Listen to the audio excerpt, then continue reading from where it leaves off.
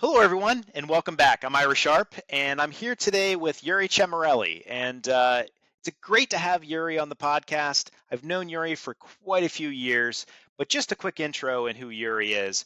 Yuri is actually with Amazon Web Services, AWS, and he's a solution architect there. He's been a solution architect for a number of years, and today he's actually focusing in on generative AI with AWS. He's based out of Denver, and as a solutions architect in generative AI, he's helped many customers build different types of systems to really reach their business outcomes. And then he also has a very deep-rooted control or experience in control with over 10 years of experience in ITOT systems. And he's helped many customers with their digital transformation journeys and worked on different automation projects along the way. And in this podcast, I'm really looking forward to digging in with Yuri to hear a little bit about his past, but more importantly, where we are today and really how we can apply IoT and generative AI to the factory floor. And I'm sure Yuri will have some great examples for us. Yuri, great to have you. Yeah. How are you doing, Ira?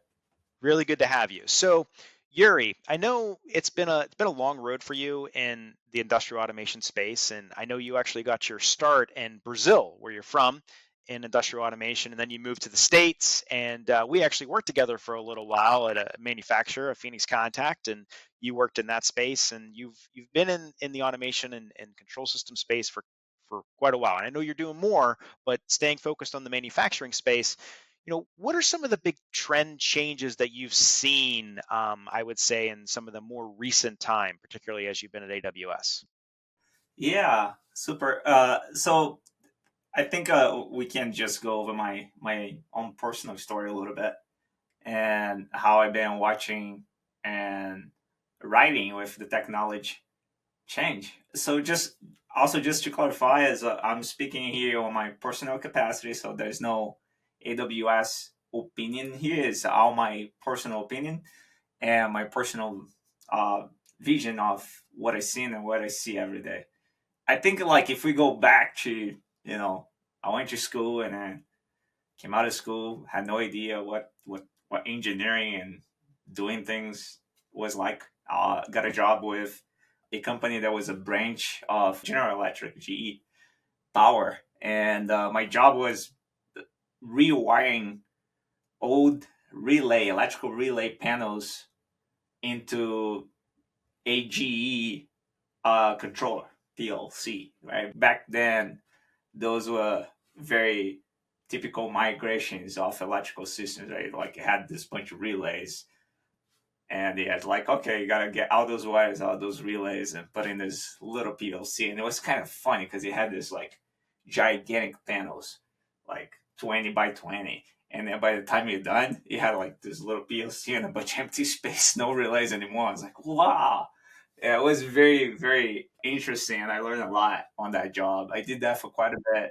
So you were converting all the relay logic to relay logic within a controller, but doing the Ladder wiring logic, aspect. right? Still coils and contacts and things like that with timers. So it was back then it was quite challenging for me. It was my first job, but you get better and better really quick with this stuff. And then uh, so I kept following the technology trend, and then my next job was with actually a Schneider Electric. For those familiar with Schneider Electric, it was an integrator of Schneider Electric, and he was exactly this integrator. This company did exactly that job, migrating panels to Schneider Electric automation and Schneider Electric like breakers and panels. And it was quite interesting because Electric back then was on the cutting edge of automation and actually visualization. So those SCADA systems that we know of for electrical panels, they were very focused on that. So it was quite awesome to be able to start getting to the software side a little more. And so I started doing a lot more of visual and SCADA and like actual touching a little bit of IoT.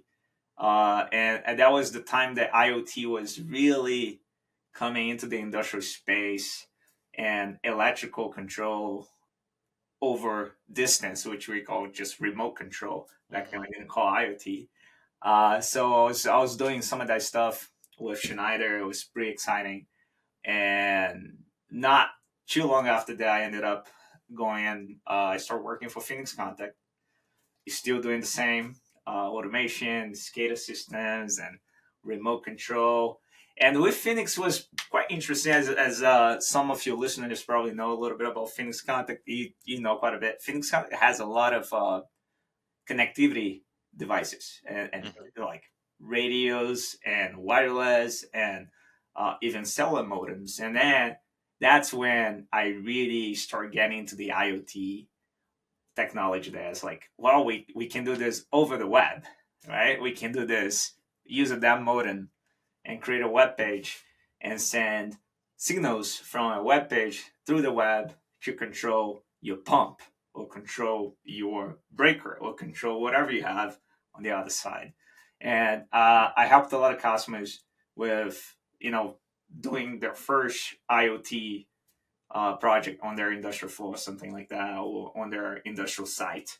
And it was quite exciting. I really love that. So I kept following that trend. I was lucky enough to be on the right place, right time. That here's a new product that does there's a new thing that customers want to do, and those you want a job here. I was like, yeah, of course. I was very excited to be right there on the time that everything happened. Thinking about what you just said there, Yuri, it's so interesting to me, and it's like I mentioned, we have worked together in the past, and hearing your story because literally you started off with rewiring cabinets for ladder logic or into ladder logic from relays to ladder logic, right? The start of PLCs. And then you moved into actually some SCADA systems and moving some data to getting involved in some higher tech controllers, more cutting edge controllers that are doing more IoT. And we're going to get into the second part of your journey here where I want to expand a little bit more on the IoT front because then you went from the Phoenix Contact and where'd you go after that, Yuri? Yeah, now I work for Amazon Web Services. So I think looking back, really, my previous job with Phoenix, uh, I had I was the product manager for the PLC Next controller. So that was the most IoT device that I had worked with to that point in time, and I realized that it was a lot about the cloud side, a lot about the tech, and that was what could make that controller deliver a lot more value. So even when I was working with Phoenix, I was like, yeah, he is all this amazing stuff that you can do with the controller, but here's the other side, which is the cloud side, and you need all these things to be in place to actually leverage or get value out of it. And I just got more and more interested with that cloud side. I still love the controller. I still love all the hardware stuff, but like the cloud side was fascinating for me. And there was a lot of speed there. I could build a lot of things. I could try a lot of things fast, and it was really cool to help customers with that because you like one day you have an idea, 1 week after that you have a prototype running on the cloud, and you can just show customers how to do it, and they really benefit from it. So that grew on me, and eventually I was like, I think I want to do more of that. And that's when I ended up coming and transitioning to working for Amazon, and now I've been here for 3 years, almost 3 years, and as a solutions architect. And now it's a lot more about that cloud side, helping customers with building uh, the cloud hosted systems that will interact with the real world. And for my first 2 years with AWS, I was an IoT specialist, so I was really still helping customers to do exactly that. Hey, I have my manufacturing floor, and I have all these signals and sensors. I want to take all that data into the cloud, and I want to do something with it. And my job was really architect and help customers figure it out how and when and where that data would go to. And that was pretty awesome. Yuri, you went from, really getting down and dirty with the cabinets themselves all the way to having your head in the clouds, literally in the clouds, and collecting or helping people collect the data, but then getting it to a cloud system where people can actually use the data. And you said you mentioned 2 years you worked as a solution architect in those kinds of operations and applications, which is really interesting. And it's still growing, but this was like right at liftoff, where it just seemed like everybody and their brother really wanted to get involved in getting data to the cloud and these kinds of things. And you were helping a lot of people along the way. In that time, Yuri, what were some of the biggest challenges that your customers faced in doing stuff in the cloud from an IoT system? Yeah, and it seems like the opinion, like different solutions architects and specialists will have a little bit of different opinions there, but like I think uh, the main one is the data. It's kind of like understanding the data. When you come and start working with any type of industrial manufacturing or process type of facility or company, that company is an established company, right? They are not startups. Uh, so the data has been there and things have already been built and have been in operations. So it's not like you have a goal of, we're going to do this sensor and this actuator, and that's going to be activated by this button and this little meter in the cloud. No, it was already there. Now we got to take it to the cloud. So uh, doing that, you know, transformation of the data, finding the data, organizing the data in a way that makes sense, and then send to the cloud. That's the majority of the work. Building the systems in the cloud environment, uh, and send things back to the prem, that is probably on the, in my opinion, 20-25% of the work. Mm. 75-80% of the work is just finding where is the data and what is the data and what matters, right? Because those machines, like larger manufacturing process machines, they produce an amount of data that is like probably a lot more than you need for the cloud. So you gotta really work on that. And it's funny that even in the other specialty that I do right now with machine learning and artificial intelligence is like the data work. It's also 80% of the time. Um, it seems like that's where IoT and machine learning are very actually similar. Is the data? What is the data going to use? So I think that was the one big challenge for most customers I helped and worked with.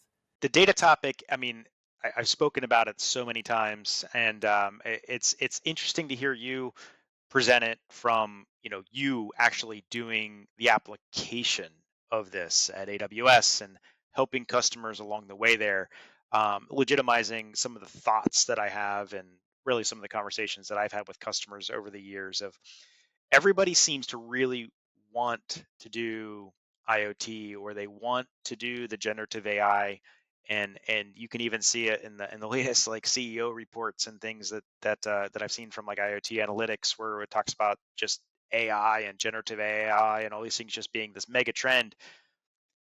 But at the end of the day, it's really hard to just get that done unless you're taking a step back and making sure you have the data, making sure you have the right data, making sure that data is identified and can be scalable so you can put the data to work to give you the pieces and the parts that you need. I'm assuming you agree with that, or am I completely off base? No, I agree. I agree. And it's funny that I think for being in tech, on the cutting edge of tech, and being always so lucky that I got to do whatever everybody was trying to do. Like when I got into IoT, every company wanted to connect their machines and do IoT, and was always ubiquitous on like how do we even do it. and that I love ambiguity. That's an element in my job that I like it, and I always liked it, and I always actually chased that. And with IoT was always about how do we connect it, what's the best way to connect it, what data are we gonna get from into the cloud, and if back from the cloud. Now with generative AI, everybody wants to do generative AI, and the questions are very similar of like what we are going to ask the model, what we're going to get out of the model, and how we're going to use it. And I'm not oversimplifying. There's a lot to it, and but it's the challenging still data in, data out. What is the data? You know, and we can go into the rabbit hole of IoT, IIoT, Gen AI, just intersection, and what does it mean to Gen AI, what Gen AI means to IoT and stuff like that. But and I have some personal opinions on it, but glad to answer any questions. Yeah, yeah. So, well, let's definitely dive into that. Now, one of the questions I have for you before maybe we dive into some of the, your experiences with it, because I definitely want to get there. High level, when I think of industrial manufacturing or industrial applications in general, particularly at the factory floor, AI and ML, artificial intelligence and machine learning, high level, they make sense. What doesn't always make sense to me, or could be questioned, is the generative AI piece of it, because there's one thing that I want, it's predictability. And when you talk about like machine learning and these kinds of things, you should, while it's an educated and it's a new thought and these kind of things coming out of the model, you get a predictable answer. Where the whole definition of generative AI is to almost by definition give you something that's not predictable, to generate something on demand. And while that's awesome when it comes to like, conscious thought or maybe generating images or helping you write something or make something sound better, you don't necessarily want your machine being too forward looking or just going all over the place in terms of how it's going to operate. Am I crazy there, or is that kind of how you're seeing these things play out on the factory floor? No, no, you're not so off. The So first of all, let's take one step back and just like address that AI and ML uh, have been in manufacturing for quite a few years. I can like AWS has helped many customers with what today we call classic AI ML. Like because Gen AI came out, now we're calling the other stuff the classic stuff, right? And that's not a AWS thing. That's people professionals in the field are calling that way. So let's for instance just think about some of what is classic AI and ML like. Well, anomaly detection type of algorithms or uh, k nearest neighbors, things that can classify things, right? Or other classifiers, or just linear predictors, things that can predict what's going to happen and when it's going to happen, and works with time series data or categorical data and things like that. So that type of AI and ML, those algorithms have been applied to to manufacturing for quite some time now. There are companies that is their main business, and they're still in operations. Bigger manufacturers of PLCs and industrial automation and SCADA systems, they have applied those things before, right?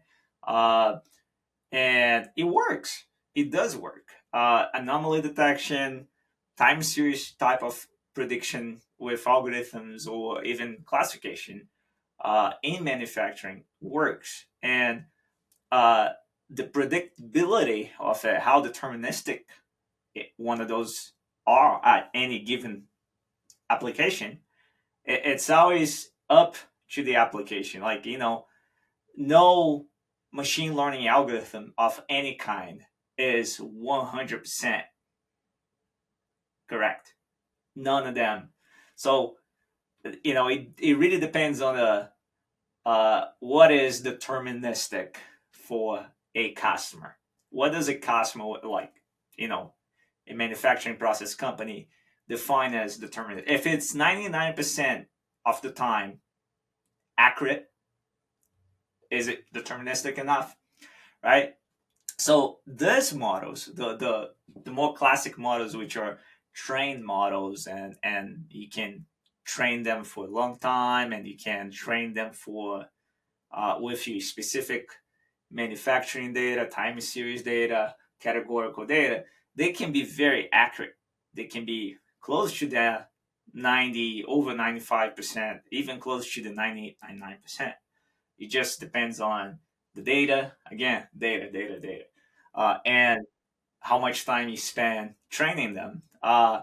So companies have used that. I don't know of a company. I haven't worked with a company that had any type of machine learning algorithm shutting down a machine uh, with a good reason to do so, right? Or turning on a machine. So that type of like interaction with the real world by machine learning algorithms, I think we haven't gotten there yet as an industry, and that's from my point of view. We have like I've seen use cases where you have an alarm right on top of the machine, and it's flashing red and yellow and telling the operators that the machine is likely to fail because the algorithm is predicting that. And then it's still up to a human to go and hit the button, right? So that is a use case that is out there, and I seen it. Now, uh, now let's jump into large language models in generative AI. Well, it turns out that when you have a massive size model that has been trained with an incredible amount of data, the the the predictability of it drops. And to be honest, right, there's a study out there, and you can look at that and fact check me. A lot of those models, the explainability, right, of how the model got to that conclusion is still unknown. There's a lot of study going on that field today, right? Uh, to explain why models get to a certain decision, to a certain output. Uh, with large language models, it's really hard to get the explainability because uh, the way the neural network, the encoder decoders and GPT models they work, it's very hard to predict how they're gonna output anything, right? One letter on the prompt that goes in may completely change the output. So we very like those models are very far from being deterministic. Does that mean we cannot use for manufacturing? No, we can't, as long as we still have a human in the loop. That's what we see companies considering today, and even starting to try and go do. You have a human in the loop. This is a large language model that is looking into your data and is giving you some possible problems or possible ideas of what you can go do next, what you can check, and you have a human there who is leading that exploration, right? So it's still uh, a great tool for a human in the loop um, at this point in history, if you will. Nobody knows where those models are going to go. We just have so many things going on. So it makes a lot of sense. So, you're talking about, okay, AI in general is not necessarily shutting down machines without some sort of major cause, right? And then it really comes down to the operator. So it's there are these closed systems or more deterministic type of systems that have been there for quite some time that are really going to do what they've always done, and that's look at data, look at anomalies in data, make adjustments, make changes to increase production, decrease scrap, whatever it is, just make things better. And then the new models certainly do have a place, but it's not in isolation. They're not running solo. It's done with an operator. So Yuri, what are some have you worked on some applications that have been more factory floor related, more manufacturing related that you can share with us, particularly on the generative AI side? I mean, I would be really interested to kind of hear some of these things, particularly, and how it works with an operator or really just the way the data would work or anything about it. Yeah, so like think about like some use cases out there, and I'll give you this example that I really like is making an operator or a maintenance technician more efficient. And we're talking about like a productivity use case, right? So those machines, industrial machines, they're very complex. Sometimes a single person doesn't know how it works. It has multiple processes within. You need a technician for each side of that machine. So like how someone in a shift, right? Like in the weekend, nobody's there, machine broke, production is impaired. Someone needs to go work and fix that. Like how can you do that? How can you be efficient? So like imagine if you had an assistant that you can ask questions about who is the last person who worked on this machine. Okay, what did the person do? I'm getting a error code 123. What does that mean? How should I check for this error code? Right? It looks like this part may be broken. What is the replacement part? Do we have a replacement part in stock? Like questions you would ask to a human, right? Maybe you can ask to an assistant that has the knowledge of all those separate systems that would be originally managed by humans. So if you had to do that with humans, you would first go to the maintenance logs and see if there was a spreadsheet there somewhere, and then see who worked on the machine, what did they do, and what could be potentially broken. Then you would grab a bunch of manuals, go to the manufacturing floor, and like go over pages and see how you can troubleshoot something. And then you would find a piece that is like a little part that is broken. Now you need a part. Now you need to walk to the warehouse, talk to the warehouse people. Hey, do they have this? Do you have this part? Can you order? Not. So you could do that in one place and within minutes if you had an assistant that could be aware of all those systems, right? That is one thing that large language models can actually do well at this point in time. And I may hear like, but we could do that even before large language models. We could do that with classical search and classic machine learning. Yes, you could, but it's just a lot harder because data is always changing, right? And if the data is always changing, that's a big challenge with manufacturing. The data is always changing.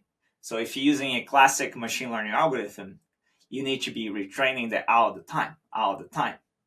Large language models, they can understand with, they can reason over data that is a little different, as long that is a sort of like meaning to it, and it kind of goes, if it makes sense, you can reason through it, right? So if you talking about a fuse, someone replaced the fuse, now the fuse is burnt, and the fuse part number, and everything's about a fuse, the model can understand that, whether the fuse is a 10 amp, a 25 amp, or a 50 amp, right?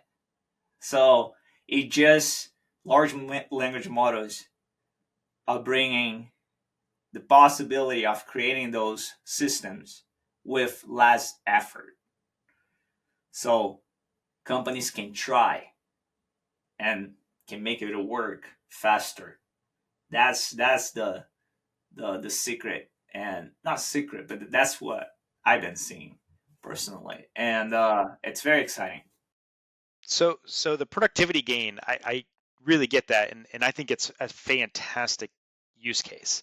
And it gets me out of the normal mode of thinking about, well, how can a machine just kind of like improve itself and these kind of things. And that's these rabbit holes are where I think people start to question of, does generative AI have a space on the factory floor? And I don't know that it does an actual operation of the machine independent of somebody else. But to your point, as an operator assistant, that seems huge, especially with one of the major challenges we have, which is the retiring of a lot of skilled work. And there is way more fluency today than there was years ago in using digital tools. And tools, I think, is a key word there because this sounds like it's just another tool. And sure, there are ways that you could have done this before, but you would almost have to know how to do it. Like you'd have to be trained on how to get that data, where to get that data, the questions to ask an AI. But with generative AI, it sounds like you could have normal conversation. Hey, I'm having a problem with this machine. What should I do? Maybe it tells you, look at the last person to operate it. It was, or fix it. It was this person.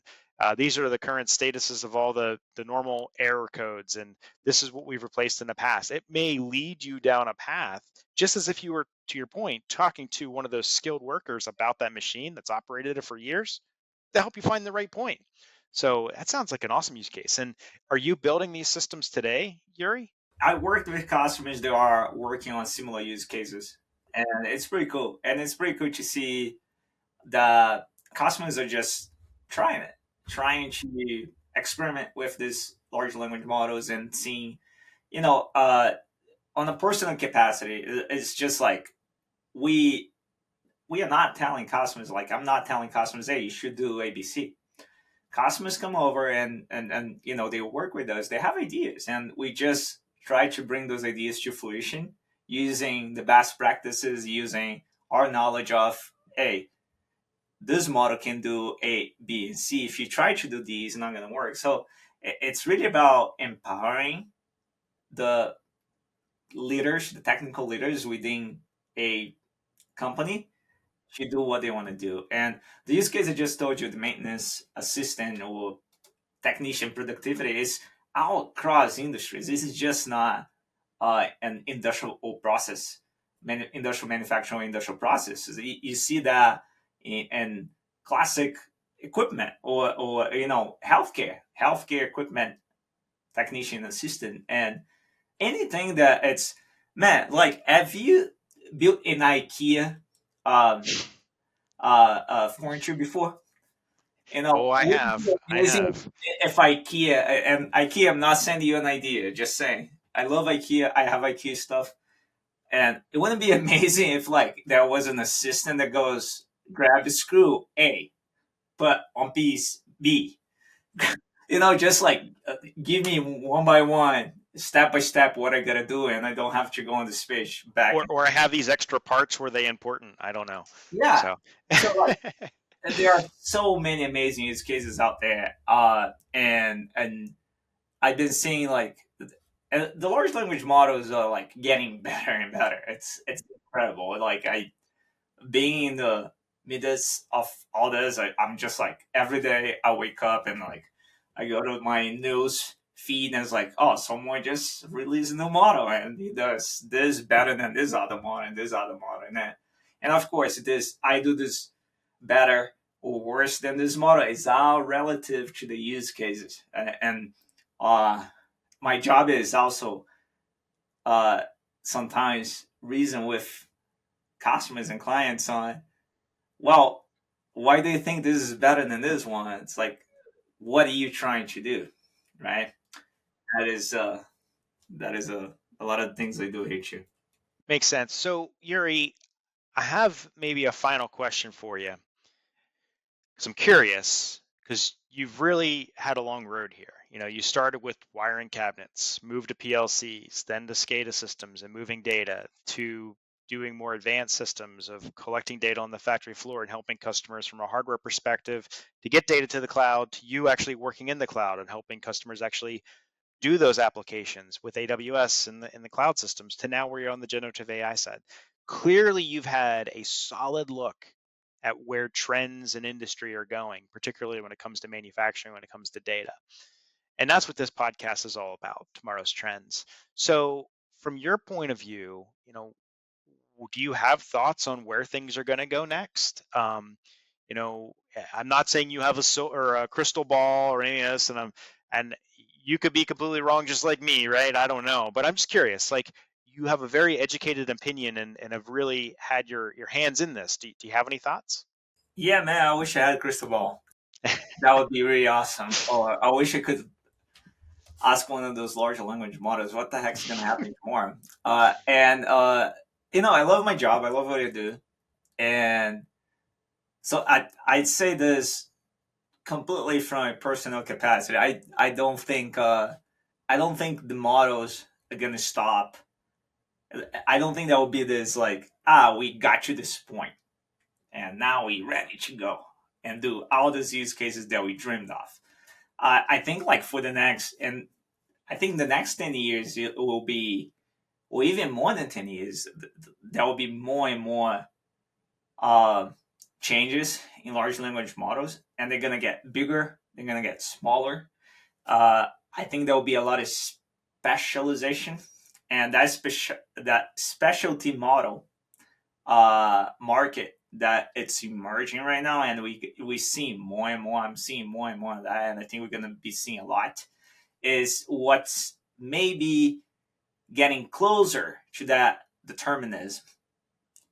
It's like models, they're like, hey, this model is a specialist in industrial sensors.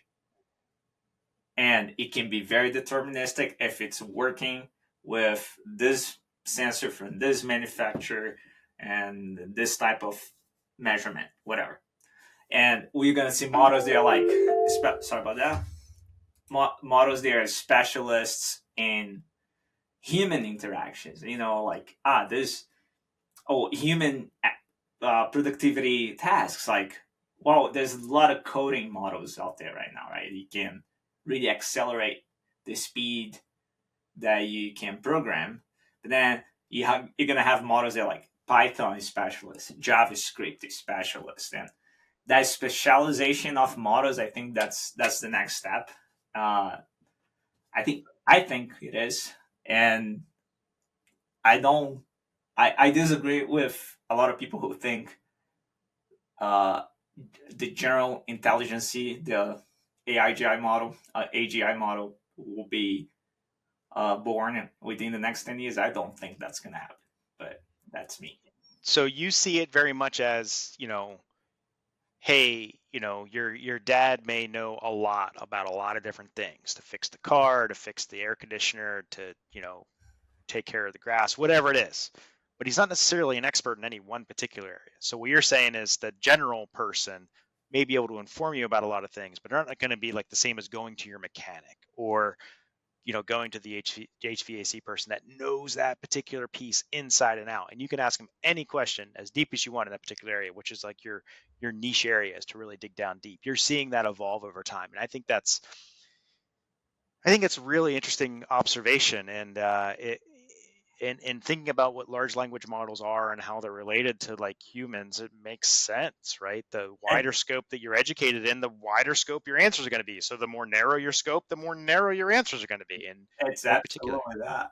Yeah. I'm a big anthropology geek. I read a lot of history books, and if you look to history, what happened is that we all did the same, and then someone learned how to farm, and then the farmers were producing so much food that not everybody else had to farm.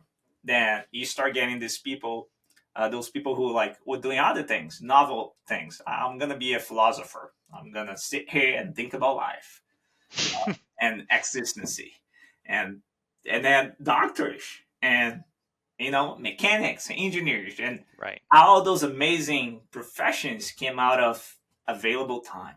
Yep. And models, large language models, are a representation of the world, web knowledge.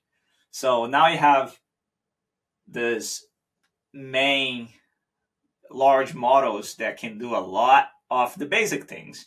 So you're gonna get the basic things to a really good point, and then you're gonna have available time, and then you're gonna have to create what you need to go into the specialty pillars, right? And then it's gonna get just like why you and I we have a job and we are specialists in something is because that's the need of society and so economy. So it's all economy driven. And I mean, I'm no researcher, I'm no professor, but that's what I see from my perspective, I guess. Yeah, and it's a very informed opinion. I mean, you're making this stuff happen on a daily basis and helping customers along the way. And I'm sure you've seen it across the board from people that are very well prepared and have a very clear scope, and you can go after it, to people that have a high level point of view of what they want to do. And as we spoke about earlier, maybe data's in the way and we got to get through those pieces first. I'm sure you've seen a lot. So Yuri, we're coming to the end of our time here in the podcast. So one of the things I wanted to ask you, was there any final conclusions or takeaways or anything else that you wanted to share with the audience before we break off? Man, I don't know. Just I think the only thing I would share is you know try it. If you have questions about something and you're curious about how things work, don't make assumptions. Just give it a shot. Everything is available today. Like you can try anything from mechanics to large language models. Right? So like you have questions, you're curious about how something works, just try it. Or help someone, ask someone help to help you try it. So try it. Draw your own opinions. Don't be a individual with your unique opinion and perspective. Don't just watch a video and repeat what you saw in the video. Like try everything, and that's how I go about my life. And I think for technologies these days is different. Technology is accessible, so if you have a tech question, just give it a shot. Dig in and try it out. I think that's a great thing for so many things. And I know not everybody has the capacity to do that, not everybody can do it, but it's worth If a you can, try. if you Yeah, can, it's try it. Yeah, it's worth a try and worth to dig in. And I'm assuming if anybody wants to reach out to you, LinkedIn is a great way to do it. Yuri Chamarelli, look for him there. And, Yuri, I really want to thank you for your time. Again, I've known you for a very long time. Appreciate you coming on the podcast. Appreciate you sharing your insights and your story of all the way from, rewiring panels to literally working in the cloud with some of the most sophisticated and advanced data sets, to apply AI and then go all the way to LLMs to provide really new use cases. And I think your thoughts, the big takeaway for me on this is your thoughts towards more customized LLMs to really focus in on particular topics is just like talking to an expert in the field somewhere. And I think it's a great insight. So thank you for your time. And I want to thank everybody for joining us today on Tomorrow's Trends, and Yuri, for your insights that you shared with us today. And I hope to see you all on the next one. Thanks a lot, all. Yeah, my pleasure. Goodbye.